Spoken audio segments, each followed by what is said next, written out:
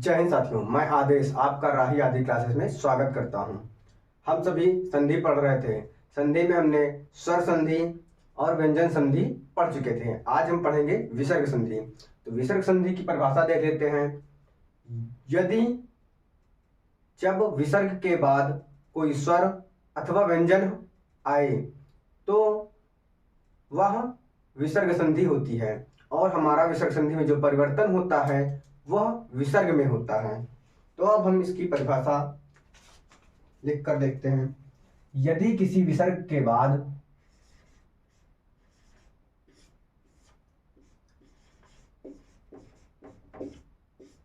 यदि किसी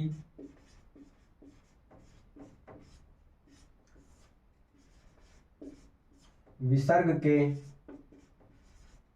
बाद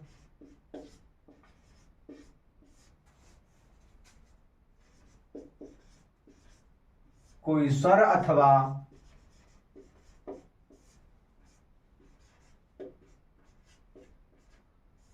व्यंजन हो,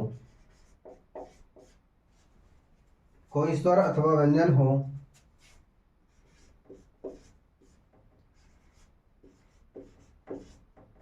तो उसे विसर्ग संधि कहते हैं।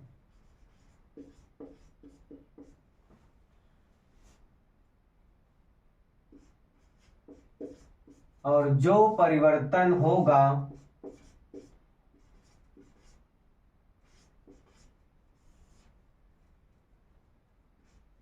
जो परिवर्तन होता है वह विसर्ग में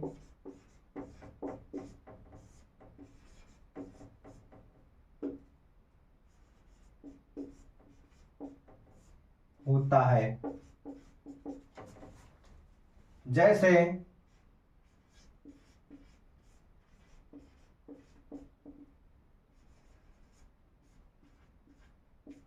दुधन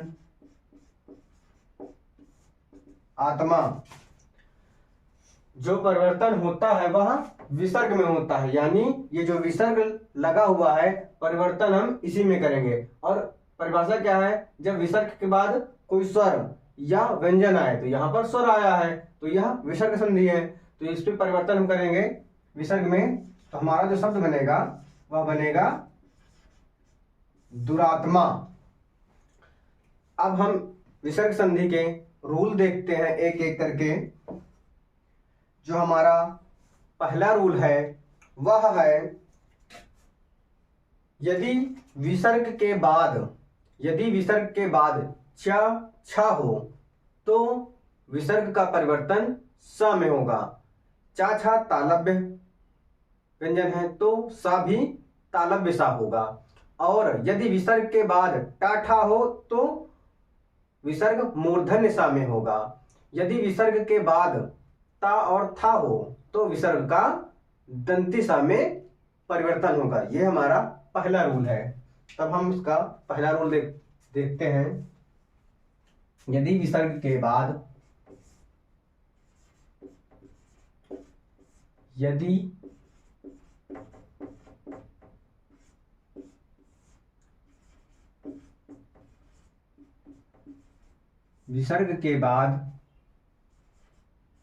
चा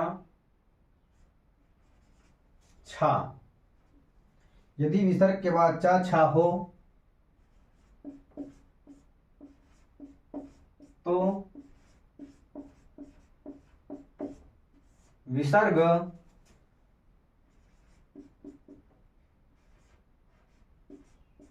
शा में और सा में, और जब विसर्ग के बाद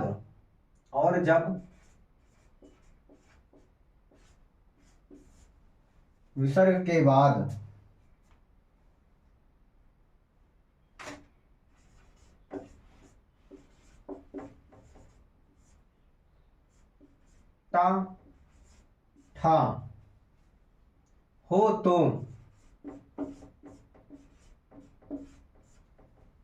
जब विसर्ग के बाद टा और ठा होगा तो विसर्ग हमारा मूर्धन्य सा में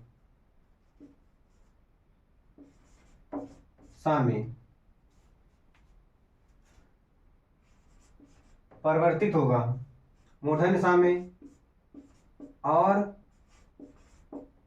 जब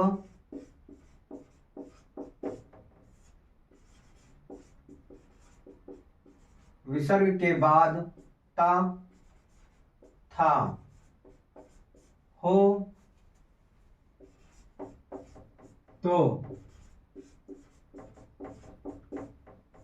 तो विसर्ग सा, ये सा दंत सा होता है, सा में परिवर्तित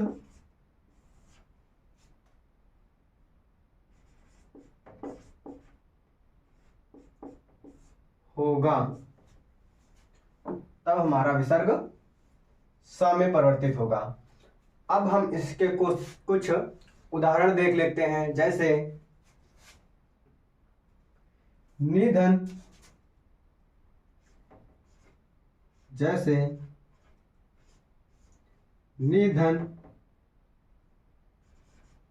चय। यहां पर क्या है, जब विसर्ग के बाद चा या छा हो, चा या छा हो तो विसर्ग सा में परिवर्तित होगा। तब हम लिखेंगे निधन चय का बनेगा निश्चय शब्द बनेगा। इसी प्रकार हम देख लेते हैं निधन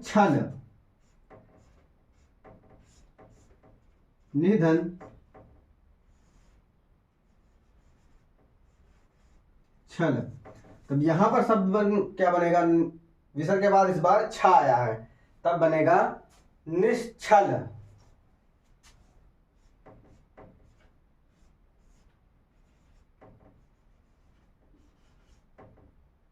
निश्चल शब्द बनेगा।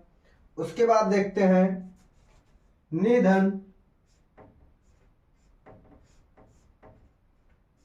तार।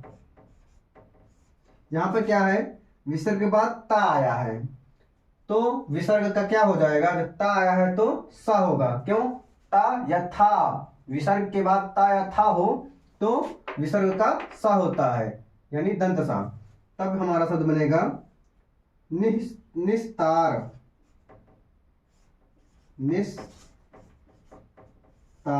निस्तार शब्द बनेगा। अब हम देखते हैं फिर उदाहरण, निधन तेज।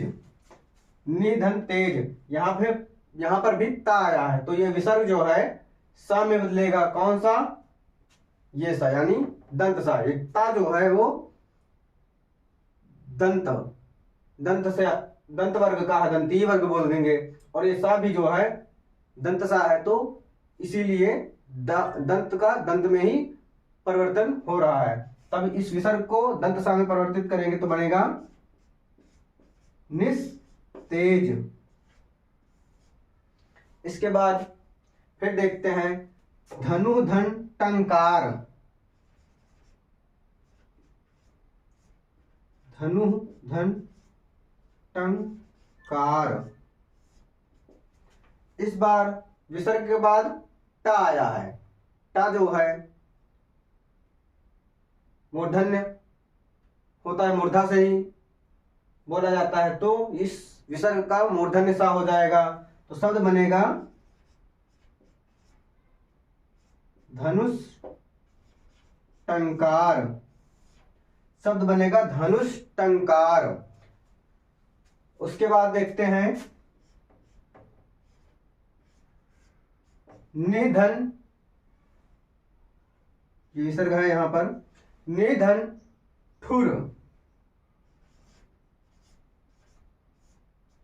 तो हमारा शब्द क्या बनेगा,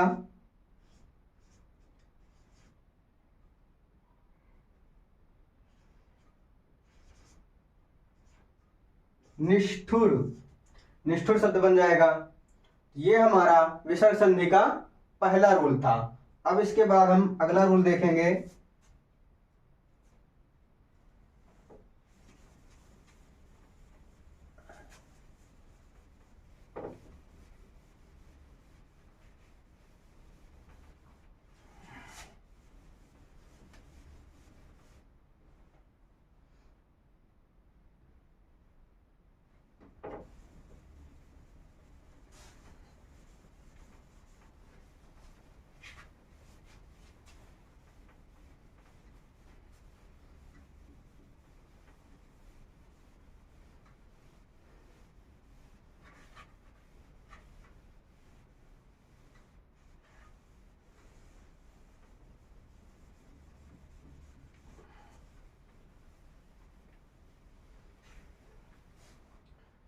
अब हम विसर्ग संधि का दूसरा रूल देखेंगे।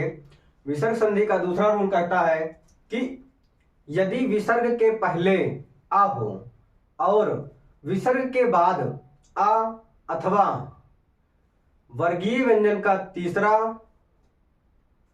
चौथा, पांचवा वर्ण या फिर अंतस्थ व्यंजन और हा हो तो हमारा विसर्ग जो है वह ओ में परिवर्तित होगा। दूसरा रूल, यदि विसर्ग के पहले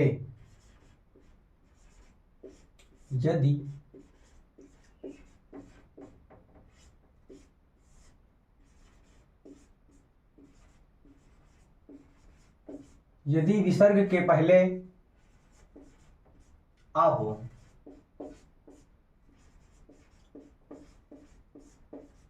और बाद में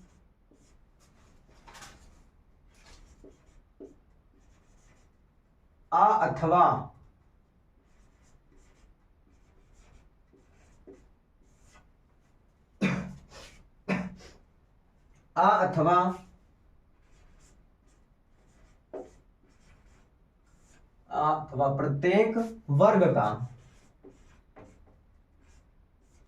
प्रत्येक वर्ग का तीसरा, चौथा, पांचवा या अंतस्थ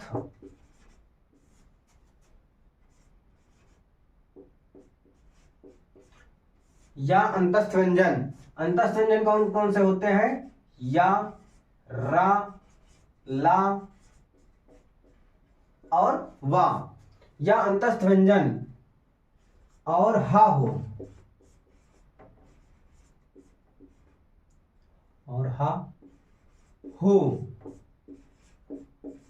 तो हमारा विसर्ग जो है तो विसर्ग ओ में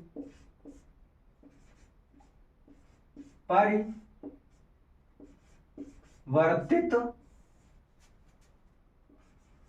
हो जाएगा।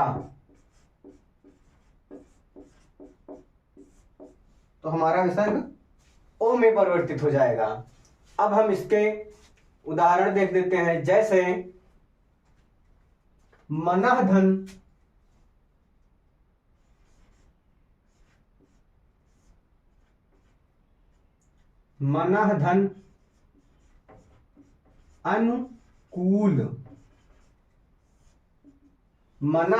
अनुकूल, यहां पर क्या है? यदि विसर्ग के पहले आ हो, ये हमारा विसर्ग है, इसके पहले ना में आ लगा हुआ है, यानी जो व्यंजन होते हैं वो बिना किसी स्वर की सहायता से नहीं बोले जाते हैं। तो जो का से क्या तक होता है उसमें आ लगा ही होता है। तो यहां पर विसर्ग के पहले आ है। यदि फिर कहता है आ हो और बाद में, यानी विसर्ग के बाद आ अथवा प्रत्येक वर्गीय व्यंजन का या वर्ग का तीसरा, चौथा, पांचवा या अंतस्थ व्यंजन या फिर हा हो। यहां पर क्या आ गया? विसर्ग के बाद आ गया। तो जो हमारा विसर्ग होगा, यानी ये विसर्ग क्या ओ में परिवर्तित होगा। किसमें? ओ में परिवर्तित हो जाएगा। तो यहां पर हम शब्द जो बनाएंगे वह बनेगा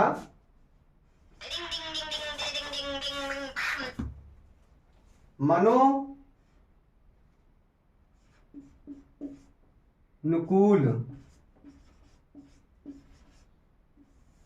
मनोनुकूल शब्द बन जाएगा।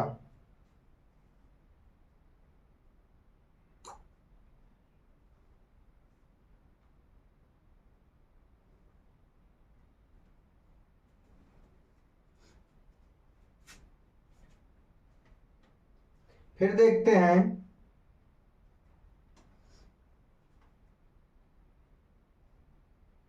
उसके बाद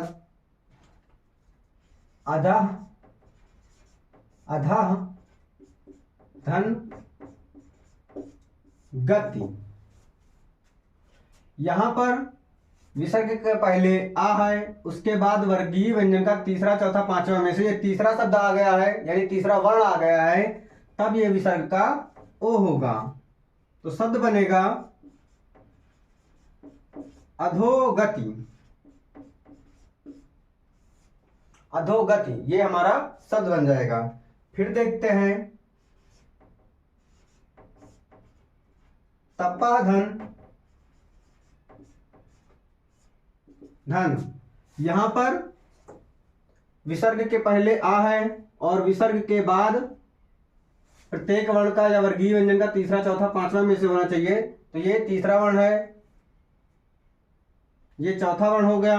अब विसर्ग जो परिवर्तन होगा वो हमारा ओ में होगा। तो जो हमारा शब्द बनेगा वो बनेगा तपोधन। तपोधन शब्द बनकर निकल कर आएगा संधि होने पर। फिर इसके बाद देखते हैं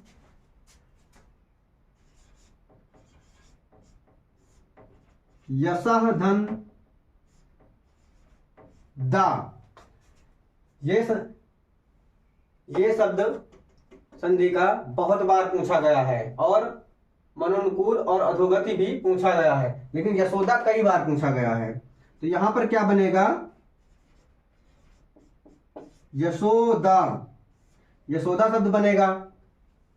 फिर उसके बाद देख लेते हैं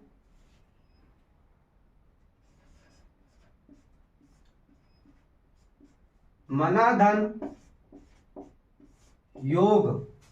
यहां पर विसर्ग के पहले आ और विसर्ग के बाद आ अथवा प्रत्येक वर्ग का तीसरा चौथा पांचवा या फिर अंतस्थ व्यंजन होना चाहिए। यहां पर अंतस्थ व्यंजन आया है इसलिए विसर्ग का ओ होगा। तो जो हमारी संधि बनेगी वो बनेगी